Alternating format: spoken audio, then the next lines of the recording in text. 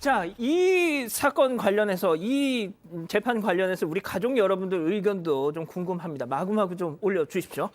자, 백 기자가 어떤 사건인지 좀 설명해 주시죠. 네, 2019년에 일어난 일입니다. 당시에 정신질환을 앓고 있었던 20대 남성, 갑자기 이상 증세를 보이기 시작합니다. 그래서 어머니가 이제 경찰과 소방관에게 신고를 하게 되는데 병원으로 옮기려고 했는데 갑자기 계속 거부를 하면서 대치 상태가 이뤄졌습니다. 자, 계속해서 병원 이송을 거절하니까 경찰은 결국 테이저건을 꺼냈다고요. 이 상황이 굉장히 급박한 상황이었는 것 같아요. 사실 지금 이 환자가 지금 사망한 이 환자가 정신질병을 가지고 있었고 정신질병을 가지고 있는데 병원에 입원을 하려고 하는데 입원을 거부하면서 흉기를 가지고 좀 적극적인 행동을 표시했는 걸로 보여요. 그러니까 경찰의 입장에서도 그 환자의 가족 혹은 경찰에게 흉기로 대응하면 굉장히 위험한 순간이기 때문에 그 순간에 테이저건을 발사했고 그 다음 단계가 조금 과잉으로 넘어갈 수 있는 부분이 이제 법원에서 판단했는 게 수갑을 뒤로 채우고 이건 구급 때문에 했는 건데 발목을 묶어서 사람을 이렇게 거꾸로 두었는 거죠. 손이 뒤로 묶여 있으니까 머리가 그 자동차 쪽으로 이렇게 눕혀 있는 상황에서 가다가 질식사해서 사망하는 사건이 발생했습니다. 자, 일단 피해자, 네. 정신질환으로 난동을 부렸던 저 피해자는 일단 여성인데, 테이저건 또 수갑까지 꺼낸 경찰. 하지만 피해자는 계속 저항을 했던 모양입니다. 그렇죠. 지금 말했던 테이저건도 했고요. 지금 이제 모습이 조금 그런데요. 뒷수갑을 합니다. 뒷수갑으로 하고 엎드린 모습으로 지금 절에되어 있는 상태고 또 발목도 지금 포박을 합니다. 구급대원들이. 그 다음에 이제 구분 의식을 상실하고 5개월 후에 식물인간에 있다가 사망을 하게 되는데 이 문제는 엎드려 있는 시간 동안이 좀 문제예요. 그 당시 엎드려 있으면서 피해자의 얼굴이나 머리나 목에 압박이 가해졌고 이게 비구 폐쇄성 질환, 그러니까 코하고 잎이 막혀가지고 사망됐을 가능성, 이게 지금 배제할 수 없기 때문에 아마 경찰이나 구급대원 측에 좀 잘못이 있는 게 아니냐라는 얘기가 나오는 것입니다. 자, 교수님, 인천 그 흉기 난동 당시에 이제 경찰들이 현장을 떠나면서 그때 정말 그 대응 문제를 놓고 많은 비난이 있었지 않습니까? 이후에 이제 김창룡 경찰청장이 대응력을 강화하라 뭐 이런 또 지침까지 내려가지고 이후에 이 테이저건 발사 건수가 한 2배 정도로 늘었다는 그런 통계도 있더라고요.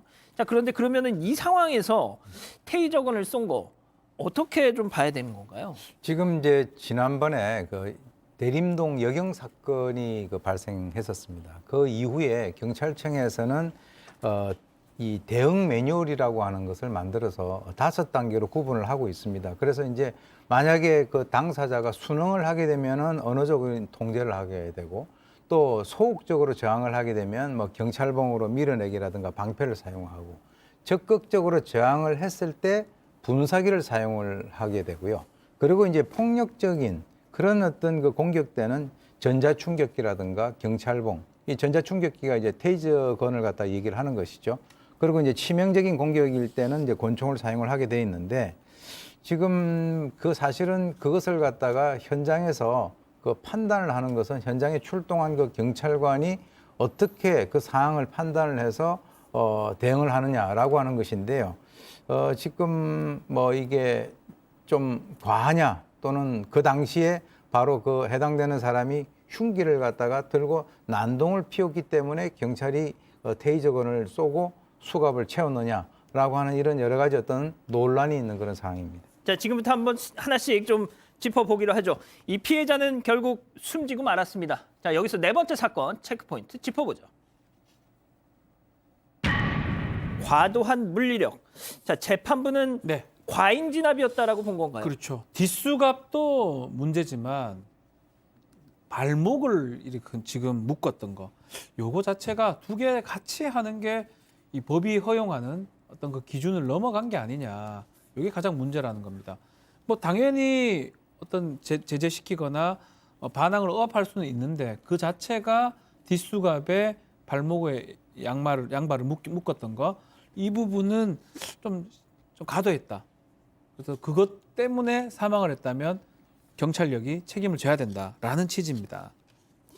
자, 지금 우리 가족 여러분들 의견도 조금씩 갈리고 있는 것 같은데 일단 재판부는 피해자가 들고 있던 그 흉기, 이 부분 때문에 아무래도 이제 경찰도 그렇게 좀 과한 진압을 했던 게 아닌가 싶은데 이거에 대한 재판부의 판단은 어땠습니까? 흉기?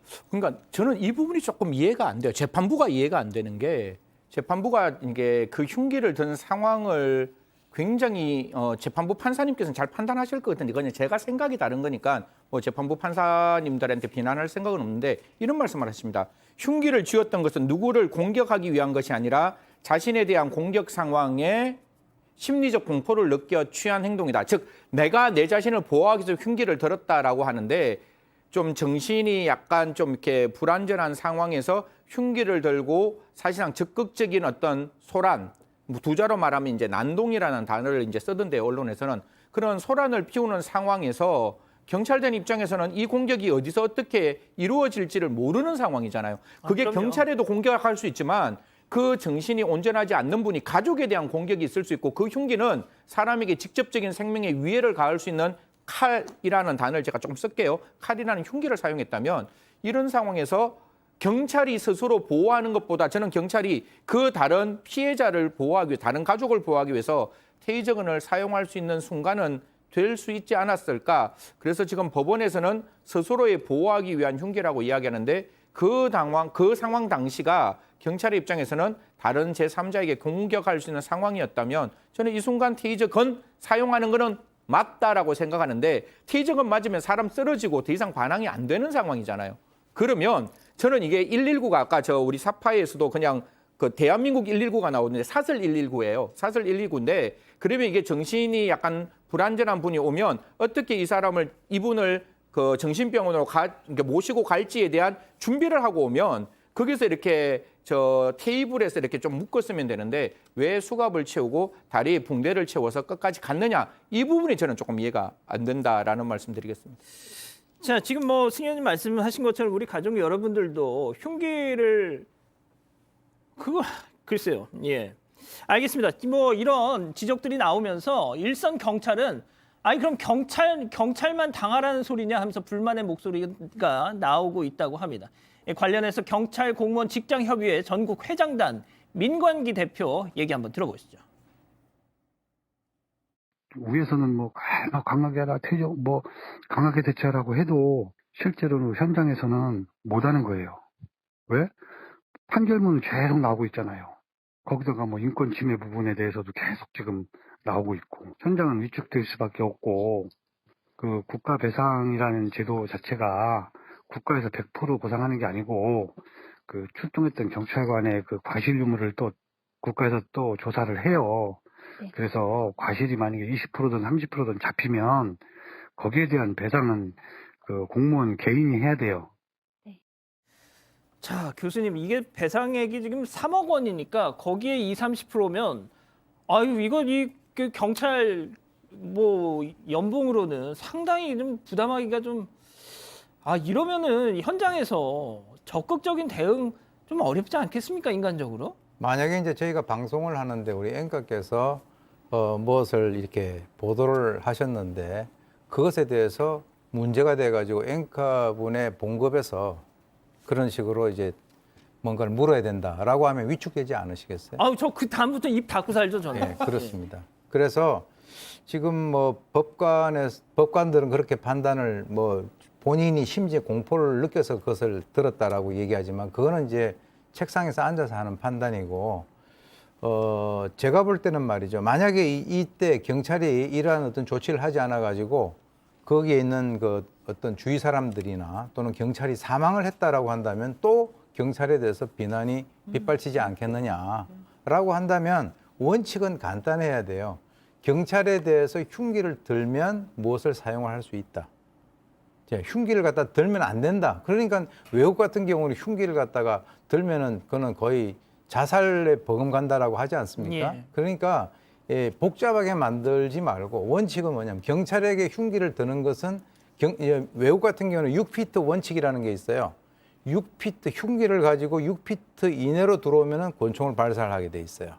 미국 같은 경우는. 예. 그러니까 그런 식으로 뭔가 좀 이렇게 좀 심플하게 만들어야지 복잡하게 뭐 이것이 자기를 보호하기 위해서 들었다 어쨌다 그거 법관도 사실은 알 수 없는 부분인데 자관 이런 것들이 확실하게 뭔가 조치가 되지 않으면 경찰의 어떤 그 법 집행, 국민들이 만족할 수 있는 그런 상황에서의 법 집행 기대하기가 어렵다고 봅니다.